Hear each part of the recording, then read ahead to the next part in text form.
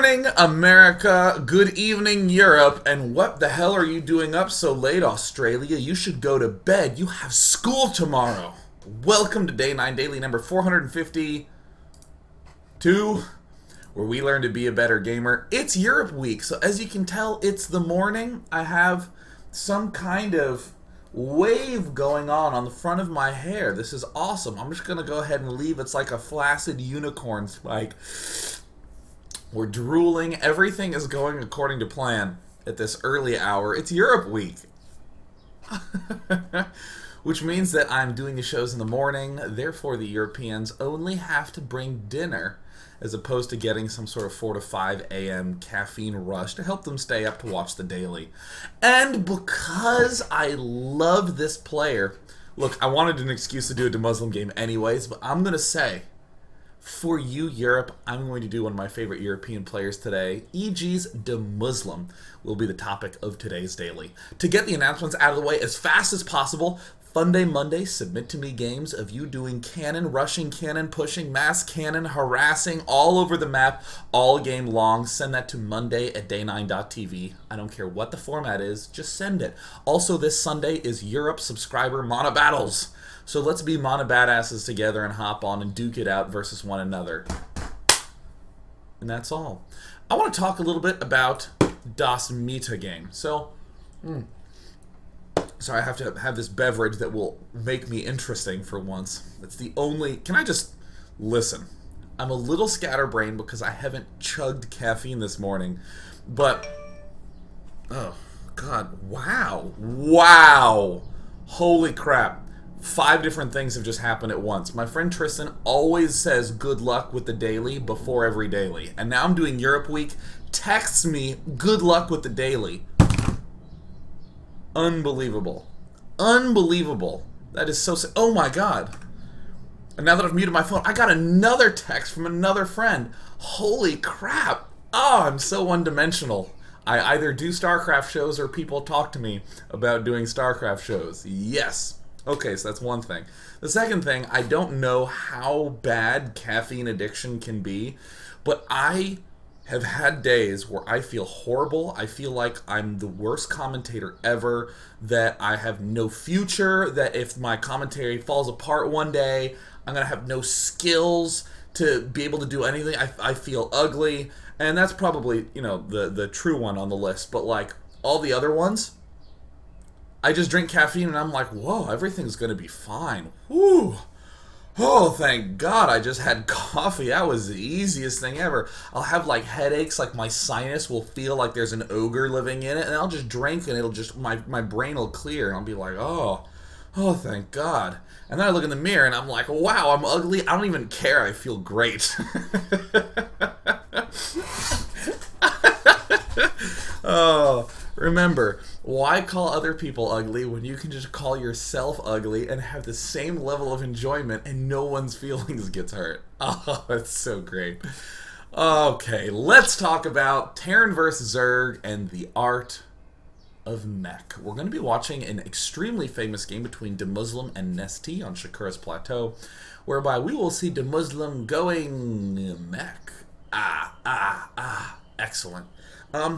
There's 2 things that I guess I really, really, really like about the way things are going in StarCraft 2 now. For one, I guess I'll call it the comeback mechanic. Comebacks are seeming more and more possible as time goes on.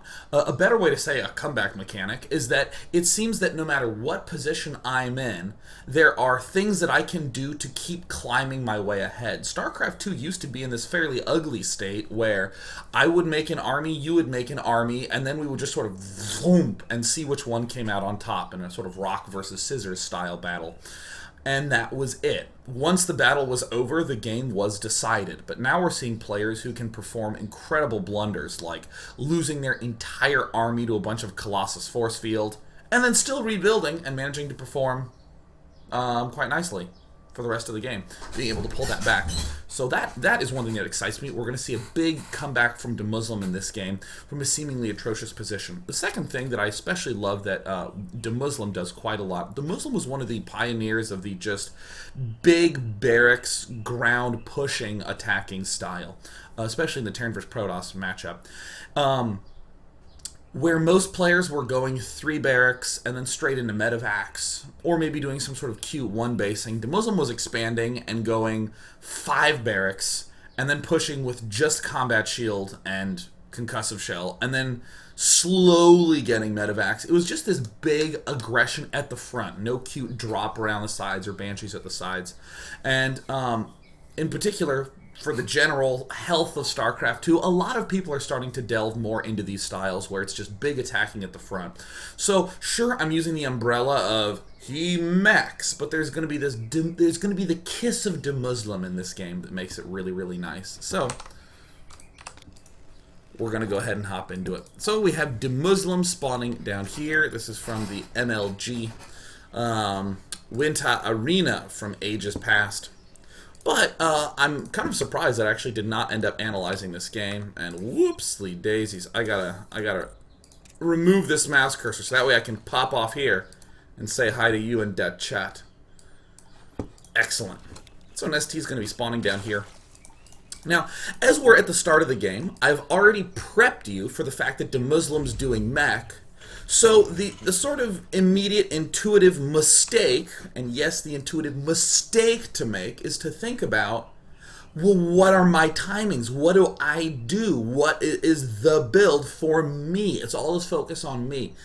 Whenever you're discussing a matchup like Protoss versus Terran, or in this case Terran versus Zerg, you have to know all the Zerg timings. What I can do is only dictated by Zerg timings. And in fact, you'll see me a lot of times in dailies when I'm analyzing the Terran versus Zerg matchup. I'll be focusing almost exclusively on Zerg timings. And a lot of people will be like, why is this a Zerg daily? Again, you have to focus on the other person. What the other race is capable of is what will dictate what we are capable of doing. So for instance, very common timing for Mutalisks, they can pop up about as early as 10 minutes on 2 bases. 10 minutes on 2 bases is the most standard timing in the whole wide world.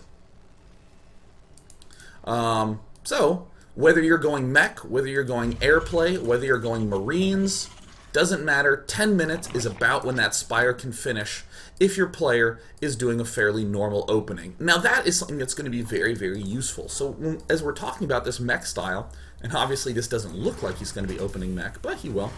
As we're talking about this Mech style, what we're going to be doing throughout the game is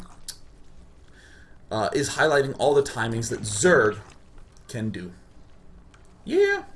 So, step 1, proxy 2 racks. Okay.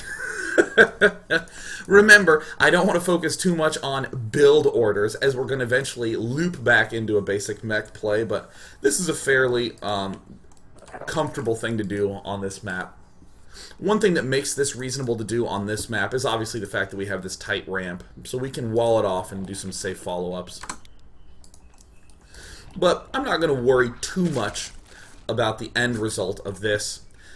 Save for the fact that this is going to delay my opponent's gas by a lot. This can win, it shouldn't. It really should not be a winning play. It should just be a painful play for the Zerg to deal with. But yeah, he can't really do too much gassing things. We see that, 1 queen, 2 queen already costs us a ton of money. We see a lot of lings popping out. We see the spine crawlers. Even if gas did go down, I mean, we only have 15 drones. And then to have only 12 left mining minerals would mean that we'd be really starved.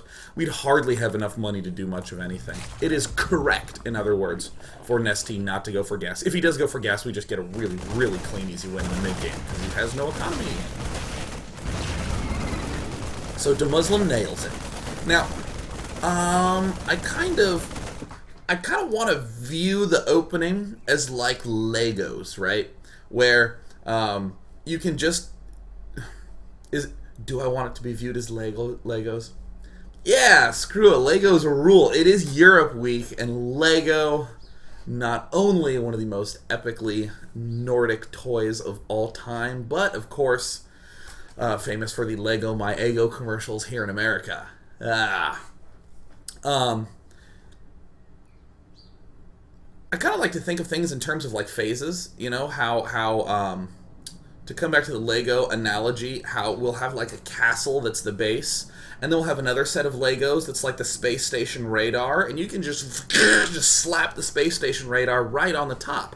But the important thing is that you don't view it as the space castle. You view it as a castle with a frickin' satellite piece on it. You can view those as two separate things. So, in other words, this opening, we're going to see puts us into a position. This is our base castle Lego. And if we want, we can do the standard thing and build a turret on the castle, or we can build a space station on the castle. We can literally do a number of different transitions from this point in time. You will generally be able to be in this position fairly consistently. All these on auto repair, which in other words means DeMusliM doesn't even need to be looking, he can just be elsewhere.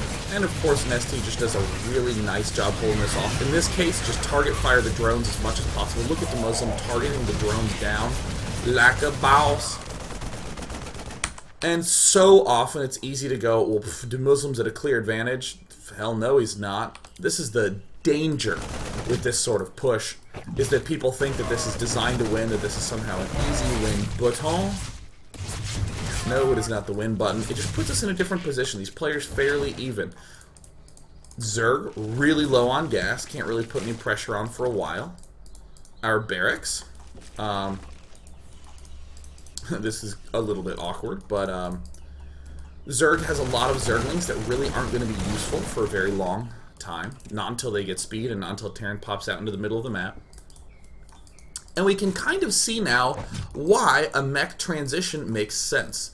At this point in time, we can do things like build a command center. We can even go double command center, because what pressure can our opponent really put on us? He's going to have to be going for more droning, more late game stuff.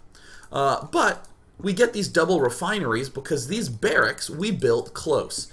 We're going to have to lift them up and fly them home, or scout with one. And this is going to leave us with the opportunity, or this is going to leave us with nothing back home in our main base. So, building the factories is a nice, smooth transition. Hope that, yeah, it makes sense also why.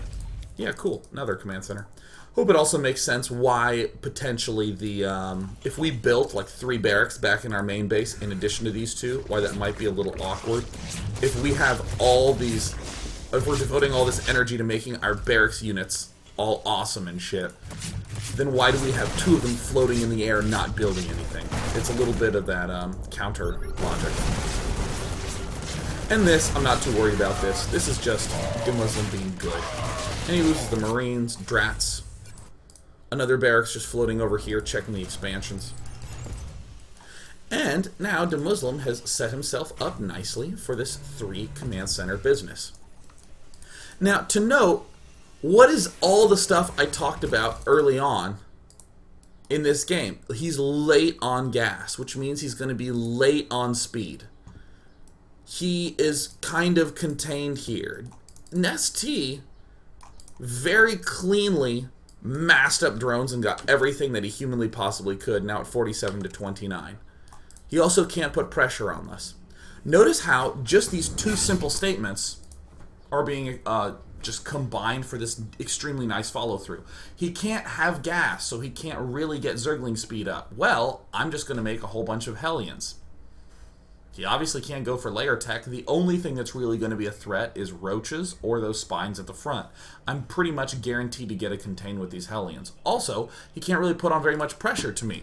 Great, so I'm going to get these 2 command centers up. Nice, clean, cool follow-up. All from this initial Lego piece of the barracks. Holla.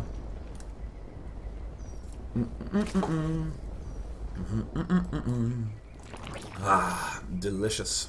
And also, I hope it's not too bright in the room. And I hope my birds aren't too loud. Actually, that's a lie. I love my birds. My birds are the man. DeMusliM following it up, obviously. Wanting to get a lot of gas early on. to make sure he can get maximum pectody units. But one thing that I think is extremely interesting at this point is that we saw Marine King Prime do stuff kind of similar to this against Dongray Gu a little while back, a few dailies back.